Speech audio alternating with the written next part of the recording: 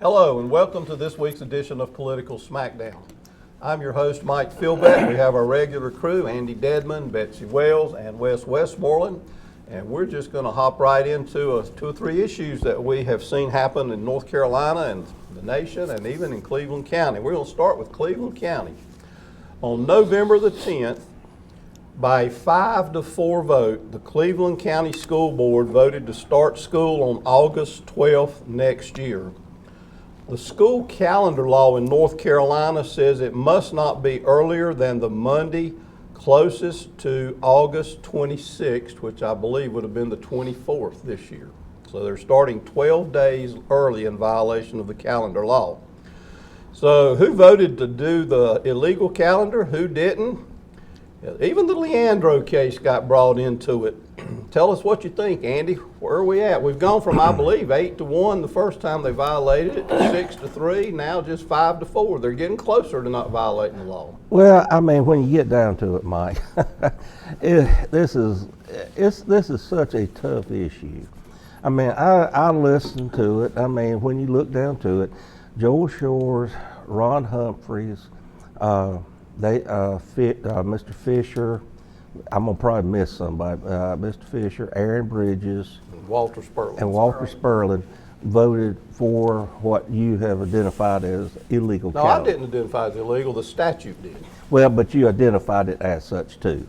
So as illegal to start early, in opposition to the calendar law, and there was a lot of discussion, and I thought it was a spirited debate for the most part.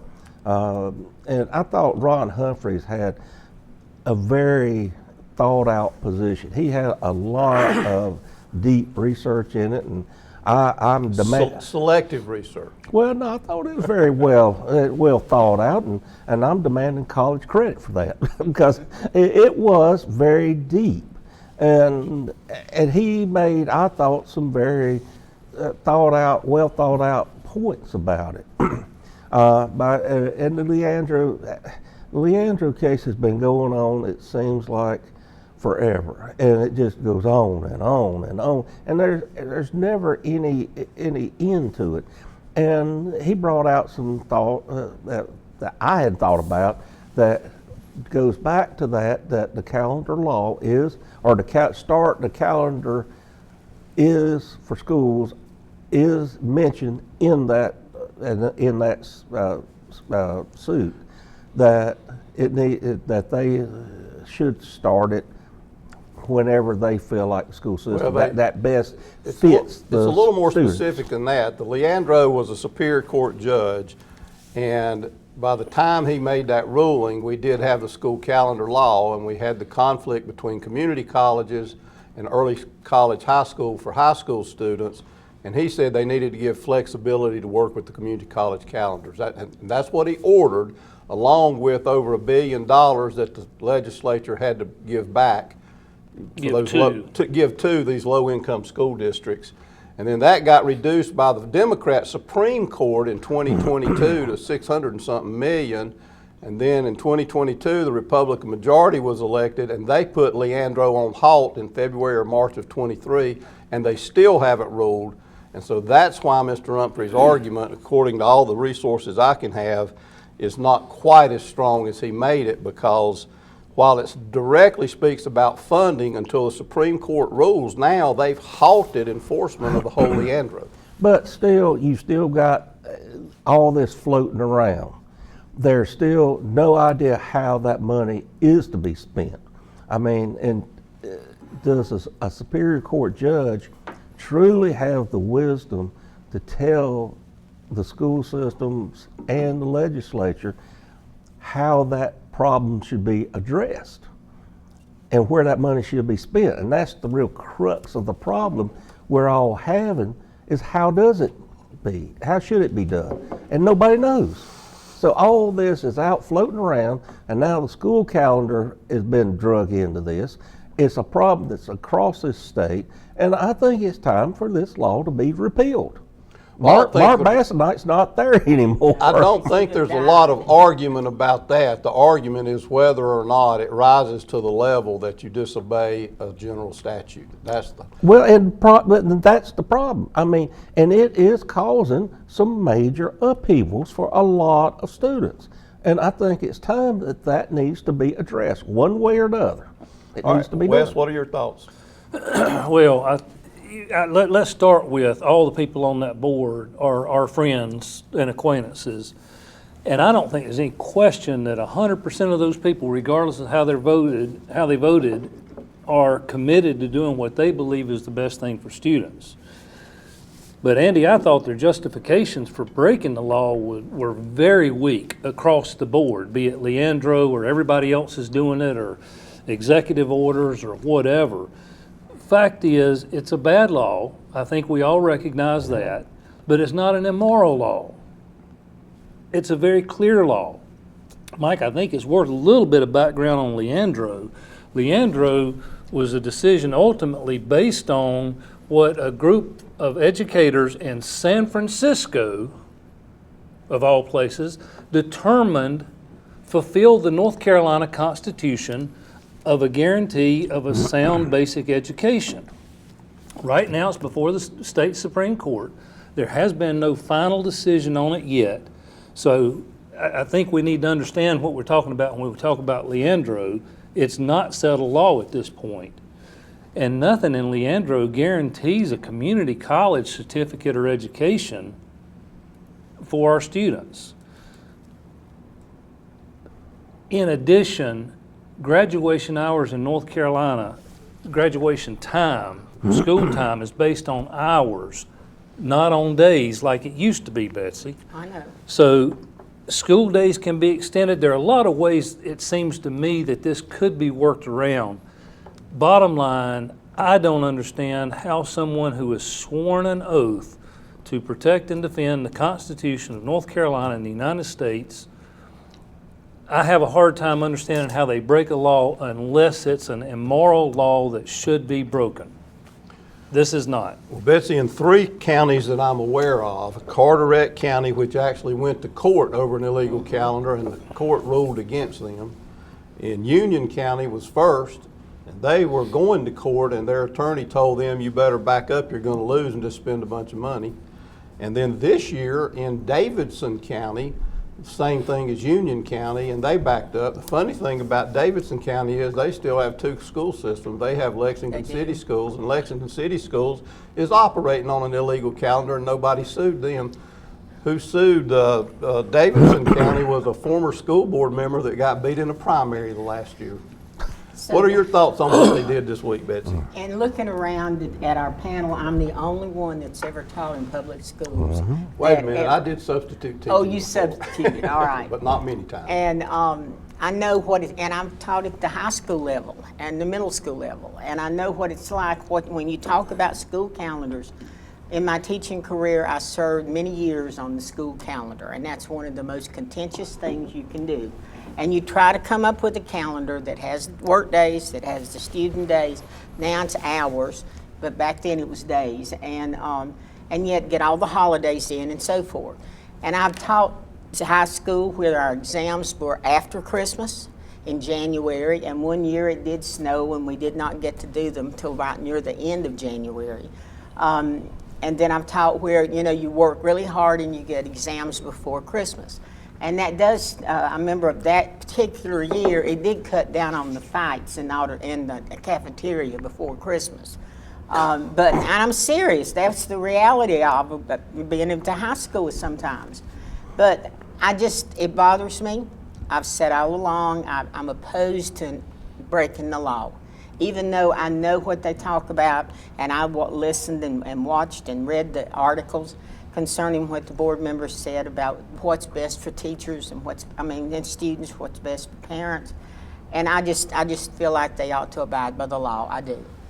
Well, I think that's all any of us are saying it, but let's not forget, in case anyone joined us that has not kept up with this, the reason Leandro started in 2004, not Leandro, the calendar law was changed in 2004 to the Monday close to August 26th, was because school districts kept inching back and back and back, and some were even starting at the first week of August, and it was impacting tourism, probably 3/4 or more of it at the coast and some in the mountains.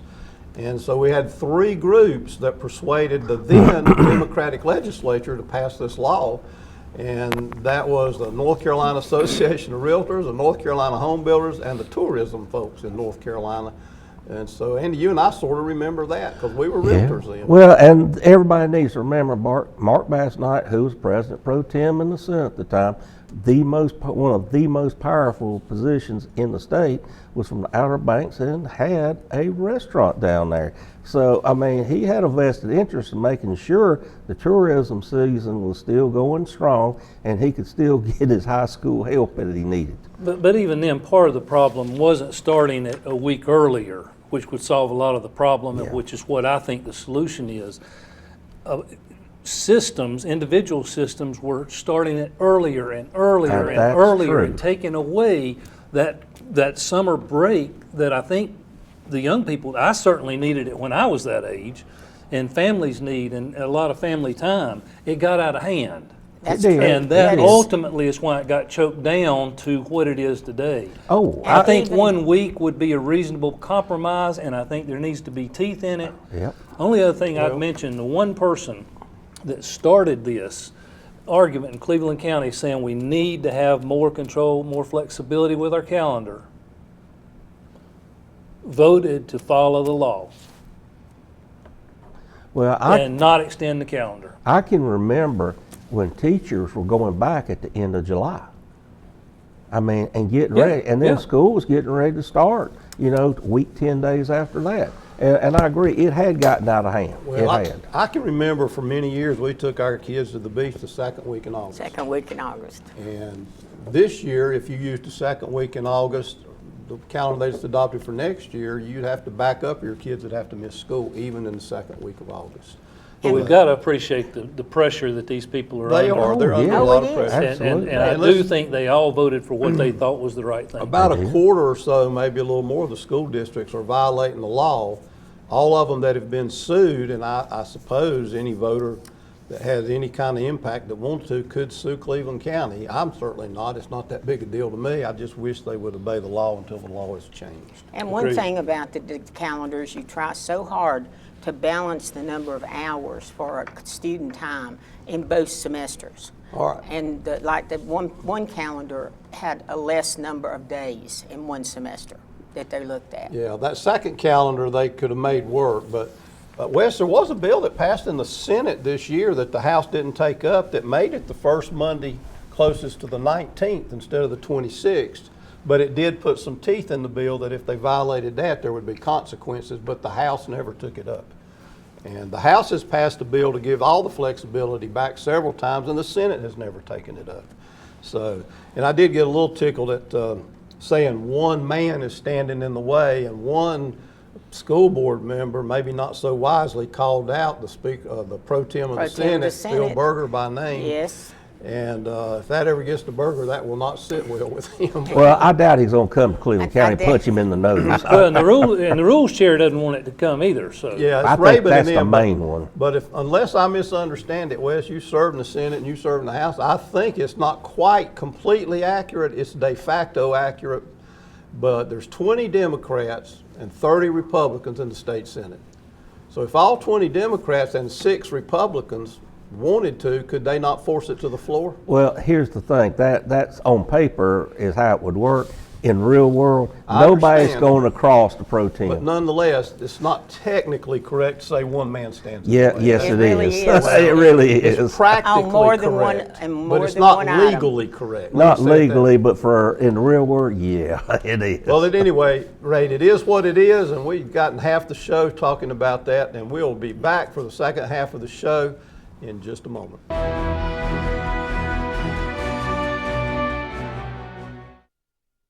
Join us for our 23rd season of Armchair Quarterback on C19 TV. Each week we look at the 4A Burns Bulldogs, the 5A Crest Chargers, the 6A Kings Mountain Mountaineers, and the 3A Shelby Golden Lion. We will also discuss ACC, SEC, and Gardner-Webb football, along with the Carolina Panthers. Watch all season long on C19 TV or streaming online at c19.tv. Cakes and cookies, toys and gifts. Christmas at your fingertips. It's the shopping event of the season, the Southern Christmas Show, November 13th through 23rd at the Park Expo and Conference Center. Experience Santa's workshop, brimming with timeless childhood delights, twinkling lights, and festive cheer. Buy tickets early and save at southernchristmasshow.com. Let's go to the Southern Christmas Show.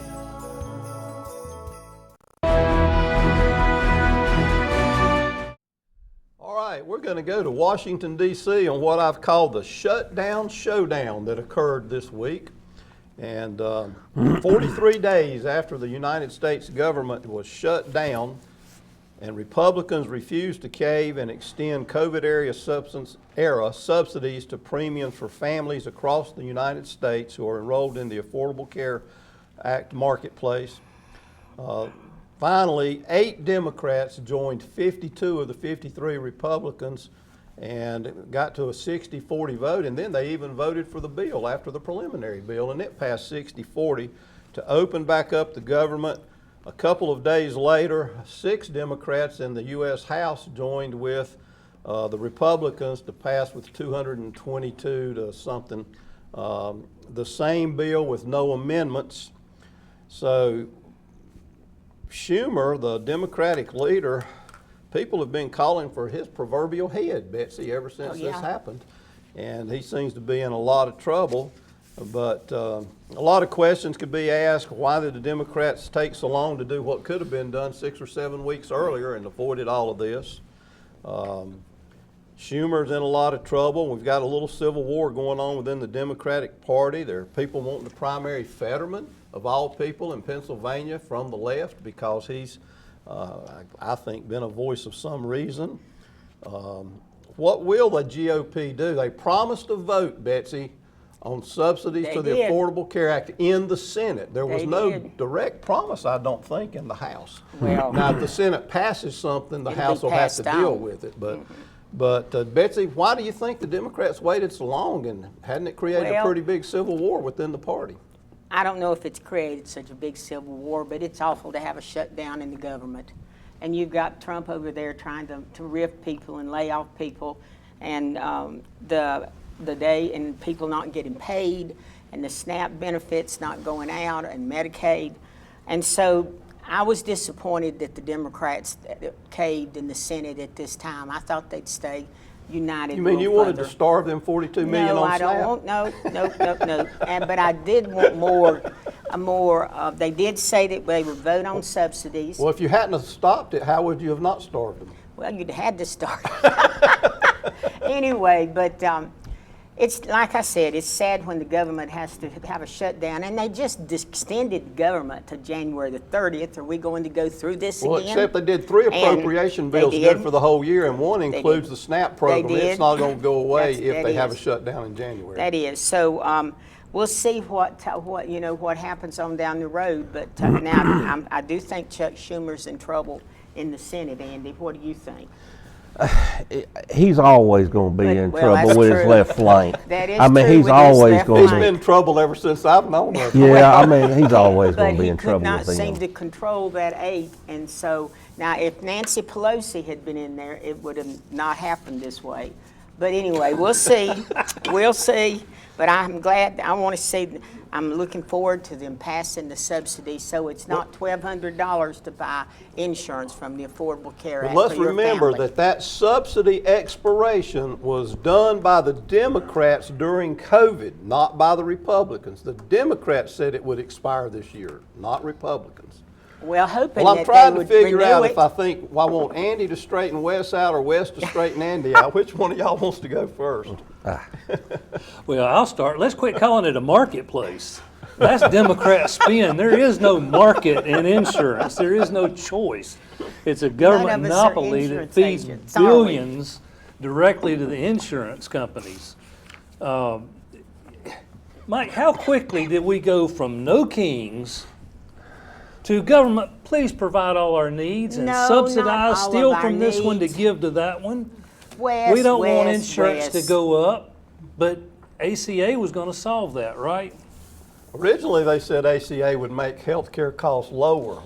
We all knew that was a farce when they were Well, saying it. but it did help how many millions of people across But- the but- nation. but it's not- And it's it's not- something very popular But with it's the not American savings. people. The cost is going through the roof. It's hiding the cost. But that was nonsensical in the beginning to say it's going to lower costs because, I mean, I know 3 of us, and probably 4, know that if you want prices to go up, just let demand go up, and it's going to drive prices up. Right. There's no way it could not have driven them up. Andy, what are your thoughts on the shutdown showdown being over and what's going on? Well, I think that the Democrats tried to hold on as long as they could to see if something could be beat out of the Republicans.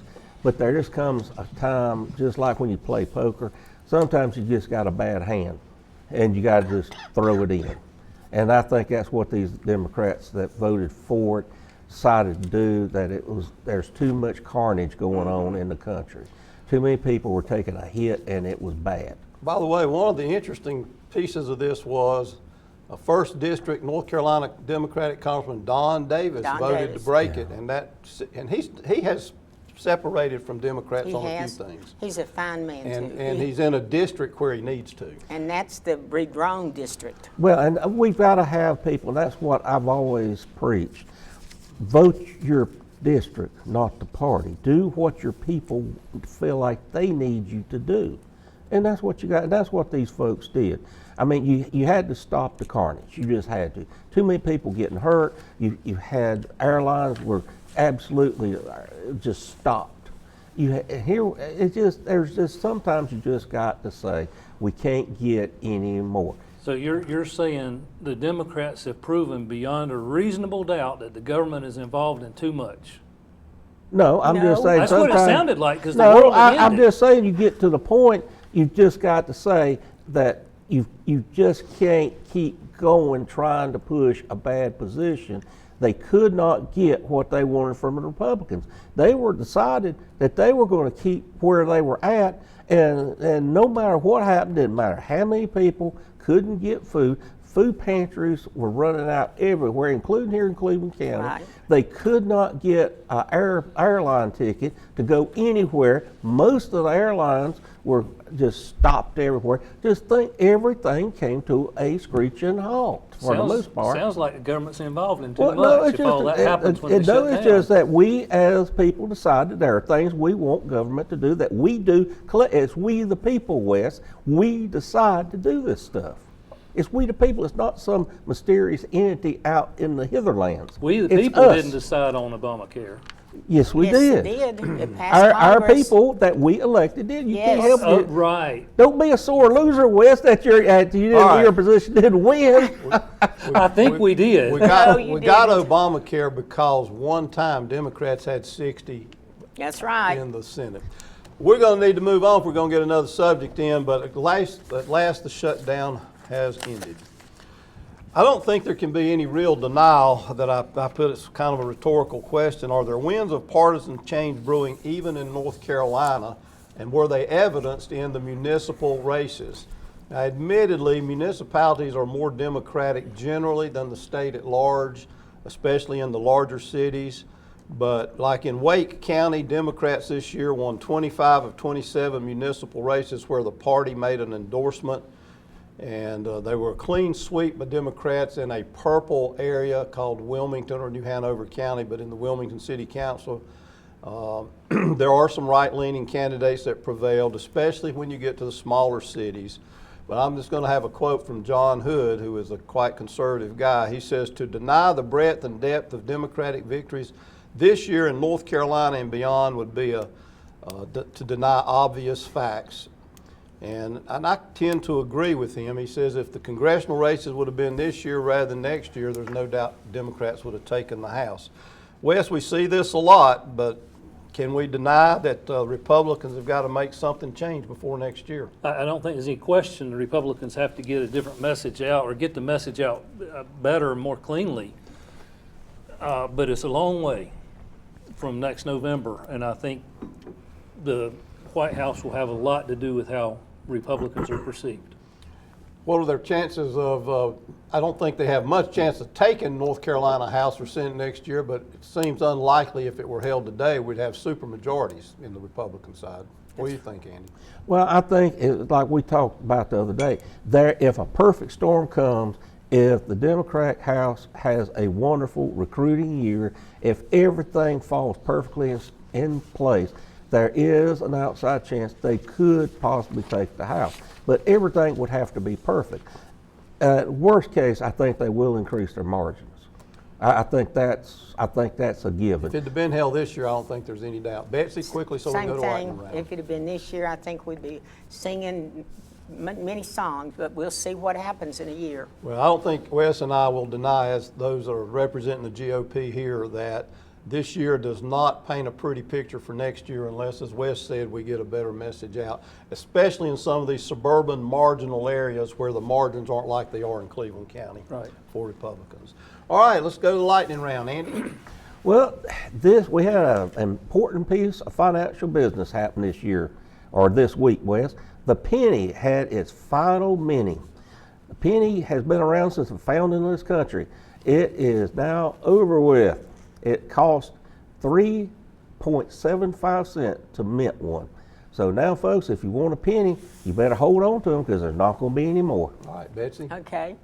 Well, finally, the United States House went back to work after 7 weeks of vacation that we would all been fired if it had been us and not doing our job. And the Epstein files are going to have to be given because they finally swore in the lady from Colorado to her position. And she is the last person to sign the petition to make Johnson bring it to a vote. And so I look forward to seeing all the names of the people we know in the Epstein files. Wes? Well, an elementary school in Baltimore County, Maryland, asked the county to install a crosswalk in front of the school. The county spent $20,000 to build one a mile away. The manager of the traffic calming unit did not realize the mistake until the school employee sent a follow-up email 3 months later asking when the crosswalk would be built. Mike, in total, Baltimore County spent $125,000 installing crosswalks in the wrong location. May not be a big deal in Baltimore County, however, because they have nearly 100 employees that make over $200,000 a year. Well, I'm going to come home to Cleveland County again. On November, I think it may have been the 4th, the first Tuesday in November, Cleveland County's loan was approved by the local government commission for the Justice Center, $75 million, and $14 million for the enterprise fund at the landfill to open another cell. It passed without even being mentioned on the consent agenda at the local government commission, which means that Cleveland County is in excellent condition overall financially. We can't say that about a lot of places in North Carolina. The assessed valuation of our property is $14.35 billion in Cleveland County, which means that only 0.84% after this new loans of our tax base is committed to debt service.